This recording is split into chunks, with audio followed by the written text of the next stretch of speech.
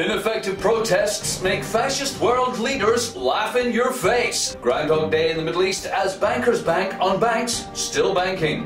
In the UK, Libyan Foreign Minister Musa Kusa arrives for a spot of tea and sanctuary. Hello, Libyan defectors. Welcome to the fucking news. I'm leaving on a jet plane. Here are the headlines tonight.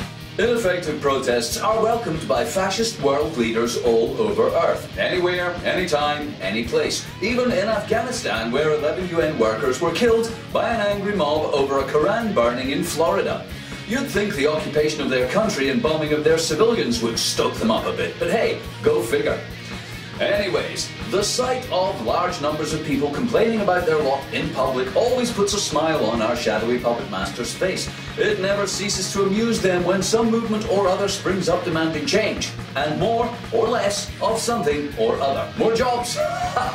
They love that one. It's like watching hookers beg their pimps for a beating. Oh, or how about demanding cheaper food, or democracy, or free donuts, and a shot each in the president's swivel chair. Yes, get out there and protest for what you want. It's cheap and easy and requires no lasting commitment to anything at all, except shouting slogans and baiting your local forces of law and order.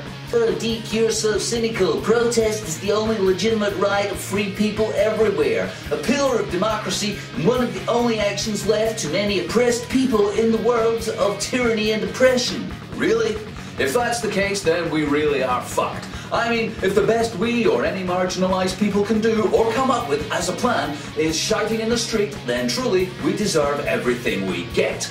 Picture the scene in any fascist world leader's office as security rushes in to tell them of the latest threat to business as usual. Mr. President, protesters are massing in the streets. Yes, Agent Smith. And what are they doing? Well, sir, they are shouting things and throwing stones at the police. Some of them have banners, and others have started small fires and attacked businesses. They say they want change to various things, and if we don't change, they'll be back to shout some more and break things some more.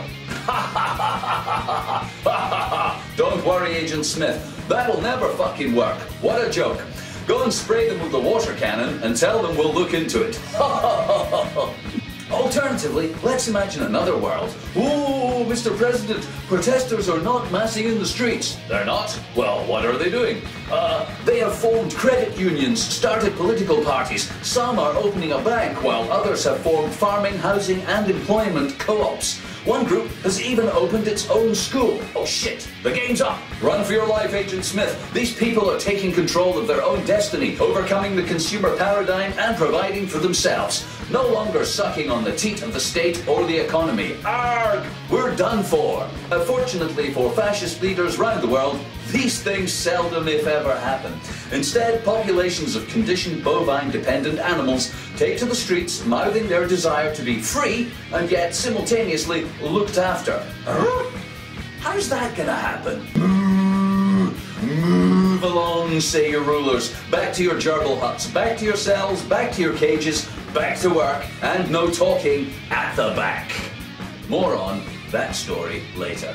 It's Groundhog Day in the Middle East as time stands still and an infinite number of news bulletins containing the same disinformation puke out of the screens of our TVs, monitors and iPhones. Libya, Syria, Yemen, democracy, freedom, equality, Arabs, guns and totalitarian rule. We, the upstanding moral Western world, standing up to the brutal regimes that target civilians and oppose self-determination of the people they rule.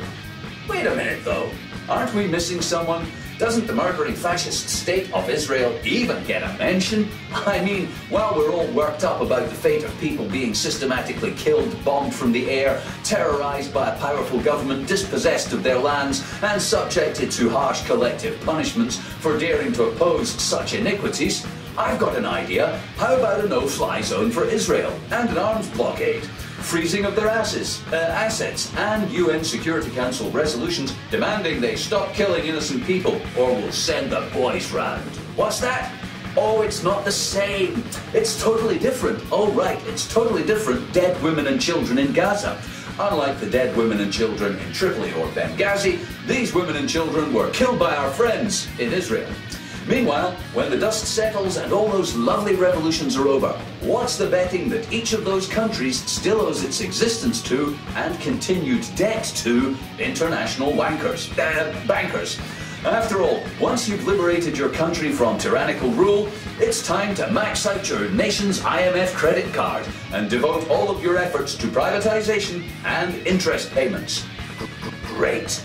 In the UK, Libyan Foreign Minister Moussa Koussa has surprised the government by arriving in a private jet for tea and crumpets, fresh from pulling the fingernails of rebels and paying mercenaries to shoot children in the head with British rifles. There is great speculation about the reason for his visit. Some say he's defected, a wily old dog who can see the writing on the wall. He's here for sanctuary and arrest from attaching electrodes to political dissidents. Go Nads. Some say it's a desperate act of negotiation by Mad Dog Gaddafi. As NATO warplanes reduce his army to dust, Mad Dog's looking for a way out, and Moussas is here to do the talking. Either way, there's the thorny question of what to do with him.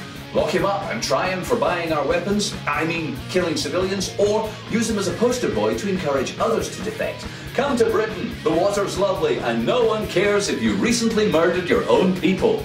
Nice. And finally, radiation levels at the stricken nuclear power station in Fukushima, Japan, are a cause of growing concern. Many countries have banned produce from the whole country, and minute levels of radiation have been detected as far away as America and Scotland. But there's no need to worry, because there's fuck all we can do about it anyway. Some of the nuclear cores are now melting their way into the Earth's core while we watch, and others will soon be joining them.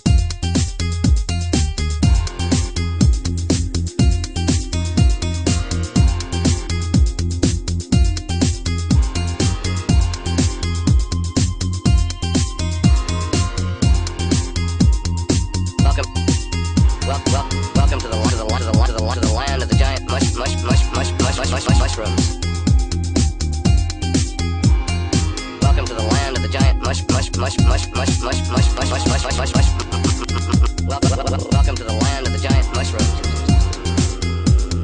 Welcome to the land of